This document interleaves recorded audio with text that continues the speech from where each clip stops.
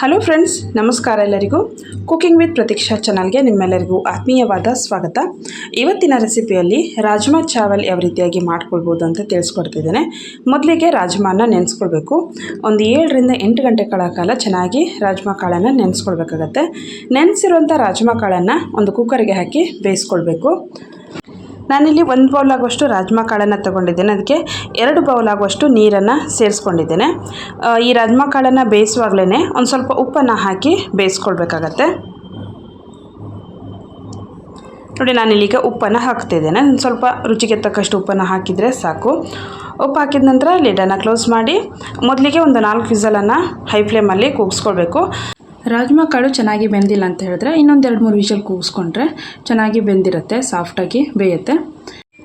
ನಾನೀಗ ಒಗ್ಗರಣೆಗೆ ರೆಡಿ ಮಾಡ್ಕೊಳ್ತಾ ಇದ್ದೇನೆ. ಪ್ಯಾನಿಗೆ ಒಂದು ಸ್ವಲ್ಪ ಎಣ್ಣೆನ ಹಾಕಿ, ಎಣ್ಣೆ ಬಿಸಿಯಾದ ನಂತರ ಸಣ್ಣ ಪೀಸ್ ಚಕ್ಕೆ, ಲವಂಗ, ಹಾಗೆ ಏಲಕ್ಕಿ ಮತ್ತು ಪಲಾವ್ ಎಲೆನ ಸೇರಿಸ್ಕೊಂಡಿದ್ದೇನೆ. ಹಾಗೆಯೇ 2 ಈರುಳ್ಳಿನ ಸಣ್ಣದಾಗಿ ಚಾಪ್ ಮಾಡ್ಕೊಂಡಿರುವಂಥದ್ದು, ದೊಡ್ಡ ಸೈಜಿಂದು 2 ಈರುಳ್ಳಿನ ತೊಗೊಂಡಿದ್ದೇನೆ.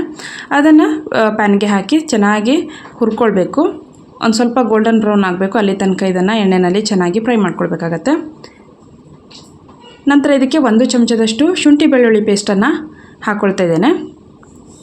ಶುಂಠಿ ಬೆಳ್ಳುಳ್ಳಿ ಪೇಸ್ಟು ಹಸಿ ವಾಸನೆ ಹೋಗೋ ತನಕ ಚೆನ್ನಾಗಿ ಫ್ರೈ ಮಾಡ್ಕೊಳ್ಬೇಕು. ಹಾಗೆಯೇ ನಾನಿಲ್ಲಿ 2 ಟೊಮ್ಯಾಟೊ ದೊಡ್ಡ ಸೈಜಿಂದು ಅದನ್ನು ಕೂಡ ಚಾಪ್ ಮಾಡ್ಕೊಂಡಿದ್ದೇನೆ. ಅದನ್ನು ಬೇಕಿದ್ರೆ ನೀವು ಪ್ಯೂರಿ ಕೂಡ ಮಾಡ್ಕೊಳ್ಬೋದು ಮಿಕ್ಸಿ ಹಾಕಿ. ನಾನಿಲ್ಲಿ ಸ್ವಲ್ಪ ಚಿಕ್ಕದಾಗಿ ಕಟ್ಟಾಗತ್ತೆ ಅಂತ ಹೇಳಿ ಚಾಪ್ ಮಾಡ್ಕೊಂಡಿದ್ದೇನೆ. ಅದನ್ನು ಕೂಡ ಈಗ ನಾನು ಇದಕ್ಕೆ ಸೇರಿಸ್ಕೊಳ್ತಾ ಇದ್ದೇನೆ. ನೋಡಿ, ಟೊಮೆಟೊವನ್ನು ಸೇರಿಸಿದ ನಂತರ ಈರುಳ್ಳಿಲಿ ಚೆನ್ನಾಗಿ ಹೊಂದ್ಕೊಳ್ಬೇಕು. ಆ ರೀತಿಯಾಗಿ ನಾವು ಚೆನ್ನಾಗಿ ಫ್ರೈ ಮಾಡ್ಕೊಳ್ಬೇಕು. ಈ ರೀತಿಯಾಗಿ ಟೇಸ್ಟಿಯಾದಂತಹ ರಾಜ್ಮಾ ಚಾವಲನ್ನು ನಾವು ಚಪಾತಿ, ರೋಟಿ ಮತ್ತು ಅನ್ನ ಜೊತೆಗೂ ಕೂಡ ಮಾಡ್ಕೊಳ್ಬೋದು. ತುಂಬಾ ರುಚಿಯಾಗಿರುತ್ತೆ. ನೀವು ಕೂಡ ಒಮ್ಮೆ ಟ್ರೈ ಮಾಡಿ. ನೋಡಿ, ಈಗ ಇಲ್ಲಿ ಟೊಮೆಟೊ ಮತ್ತು ಈರುಳ್ಳಿ ಚೆನ್ನಾಗಿ ಬೆಂದಿದೆ. ಇದಕ್ಕೆ ನಾವು ಮಸಾಲ ಪದಾರ್ಥಗಳನ್ನು ಸೇರಿಸ್ಕೊಳ್ಬೇಕಾಗತ್ತೆ. ಮೊದಲಿಗೆ ನಾನಿಲ್ಲಿ ಒಂದು ಸ್ವಲ್ಪ ಅರಿಶಿಣದ ಪುಡಿಯನ್ನು ಸೇರಿಸ್ಕೊಳ್ತಿದ್ದೇನೆ. ಹಾಗೆಯೇ ನಿಮ್ಮ ಖಾರಕ್ಕೆ ಅನುಗುಣವಾಗಿ ಖಾರದ ಪುಡಿಯನ್ನು ಸೇರಿಸ್ಕೊಳ್ಬೋದು. ನಾನಿಲ್ಲಿ 1/2 ಚಮಚದಷ್ಟು ಖಾರದ ಪುಡಿಯನ್ನು ಸೇರಿಸಿದ್ದೇನೆ. ನಂತರ ಇದಕ್ಕೆ ಕೊತ್ತಂಬರಿ ಪುಡಿಯನ್ನು ಸೇರಿಸ್ಕೊಳ್ತಿದ್ದೇನೆ, ಒಂದು 1/2 ಚಮಚದಷ್ಟು. ಹಾಗೆಯೇ ಒಂದು ಸ್ವಲ್ಪ ಜೀರಿಗೆ ಪುಡಿ, ಅದನ್ನು ಕೂಡ ಸೇರಿಸ್ಕೊಳ್ಬೋದು. ಒಂದು ಸ್ವಲ್ಪ ಗರಂ ಮಸಾಲೆ ಪುಡಿನೂ ಸೇರಿಸ್ಕೊಳ್ಬೋದು. ಹಾಗೆಯೇ ರಾಜ್ಮಾ ಮಸಾಲೆ ಇದ್ದರೆ ಸೇರಿಸ್ಕೊಳ್ಳಿ, ಇಲ್ಲ ಅಂತ ಹೇಳಿದ್ರೆ ಪಾವ್ ಭಾಜಿ ಮಸಾಲ ಕೂಡ ಸೇರಿಸ್ಕೊಳ್ಬೋದು. ತುಂಬಾ ರುಚಿಯಾಗಿರುತ್ತೆ ಅದನ್ನು ಕೂಡ. ಇವಿಷ್ಟನ್ನು ಹಾಕಿದ ನಂತರ ಚೆನ್ನಾಗಿ ಒಮ್ಮೆಲೆ ಮಿಕ್ಸ್ ಮಾಡ್ಕೊಳ್ಬೇಕು. ಮಿಕ್ಸ್ ಮಾಡ್ಕೊಂಡು ಇದನ್ನು ನಾವು ಮುಚ್ಚಿಟ್ಟು ಬೇಯಿಸ್ಕೊಳ್ಬೇಕಾಗತ್ತೆ. ಈಗ ನಾನಿಲ್ಲಿ ಒಂದು ಸ್ವಲ್ಪ ರುಚಿಗೆ ತಕ್ಕಷ್ಟು ಉಪ್ಪನ್ನು ಸೇರಿಸ್ಕೊಳ್ತಾ ಇದ್ದೇನೆ. ರಾಜ್ಮಾ ಕಾಳಿಗೆ ಉಪ್ಪು ಹಾಕಿರೋದ್ರಿಂದ ಒಂದು ಸ್ವಲ್ಪ ನೋಡಿ ಸೇರಿಸ್ಕೊಂಡ್ರೆ ಒಳ್ಳೆಯದು. ನಂತರ ಚೆನ್ನಾಗಿ ಮಿಕ್ಸ್ ಮಾಡಿ ಇದನ್ನು ಮುಚ್ಚಿಟ್ಟು ಒಂದು 2 ನಿಮಿಷಗಳ ಕಾಲ ಬೇಯಿಸ್ಕೊಳ್ಬೇಕು. ನೋಡಿ, ಮಸಾಲೆ ಪೂರ್ತಿಯಾಗಿ ಚೆನ್ನಾಗಿ ಹೊಂದ್ಕೊಂಡಿದೆ ಈರುಳ್ಳಿ ಮತ್ತು ಟೊಮೆಟೊ ಜೊತೆ. ಈಗ ಇದಕ್ಕೆ ನಾವು ಬೇಯಿಸ್ಕೊಂಡಿರುವಂಥ ರಾಜ್ಮಾ ಕಾಳನ್ನು ಸೇರಿಸ್ಕೊಳ್ಬೋದು. ರಾಜ್ಮಾ ಕಾಳನ್ನು ನೀರಿನ ಸಮೇತವಾಗಿ ನಾನಿಲ್ಲಿ ಸೇರಿಸ್ಕೊಳ್ತಿದ್ದೇನೆ.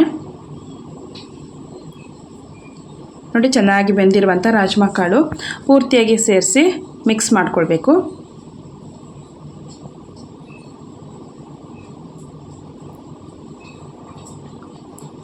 ನೋಡಿ, ಈ ರೀತಿಯಾಗಿ ಮಿಕ್ಸ್ ಮಾಡಿಕೊಂಡು ಮತ್ತು ಪುನಃ ನಾವಿದನ್ನು ಮುಚ್ಚಿಟ್ಟು ಬೇಯಿಸ್ಕೊಳ್ಬೇಕು.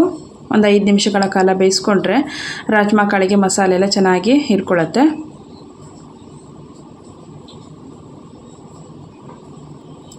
ನೋಡಿ, ನಾನಿಲ್ಲೀಗ ಕಸೂರಿ ಮೆಥಿನ ಸೇರಿಸ್ಕೊಳ್ತಾ ಇದ್ದೇನೆ. ಕಸೂರಿ ಮೆಥಿಯನ್ನು ಸೇರಿಸೋದ್ರಿಂದ ಯಾವುದೇ ಅಡುಗೆ ಕೂಡ ತುಂಬಾ ಒಳ್ಳೆ ರುಚಿ ಕೊಡುತ್ತೆ. ನಂತರ ಇದನ್ನು ಮುಚ್ಚಿಟ್ಟು ಒಂದು 5 ನಿಮಿಷಗಳ ಕಾಲ ಬೇಯಿಸ್ಕೊಂಡ್ರೆ ರಾಜ್ಮಾ ಚಾವಲ್ ಸಿದ್ಧವಾಗತ್ತೆ. ನೋಡಿ, ಈ ರೀತಿಯಾಗಿ ಚೆನ್ನಾಗಿ ಬೇಯಿಸ್ಕೊಂಡ ನಂತರ ಪುನಃ ಒಮ್ಮೆ ಚೆನ್ನಾಗಿ ಮಿಕ್ಸ್ ಮಾಡಿಕೊಂಡ್ರೆ ರಾಜ್ಮಾ ಚಾವಲ್ ರೆಡಿ ಆಗುತ್ತೆ. ನೀವು ಇದನ್ನು ಅಕ್ಕಿ ರೊಟ್ಟಿ ಜೊತೆಗೂ ಕೂಡ ಮಾಡ್ಕೊಳ್ಬೋದು, ಹಾಗೆ ಚಪಾತಿ ಅನ್ನ ಜೊತೆಗೂ ಕೂಡ ಮಾಡ್ಕೊಳ್ಬೋದು.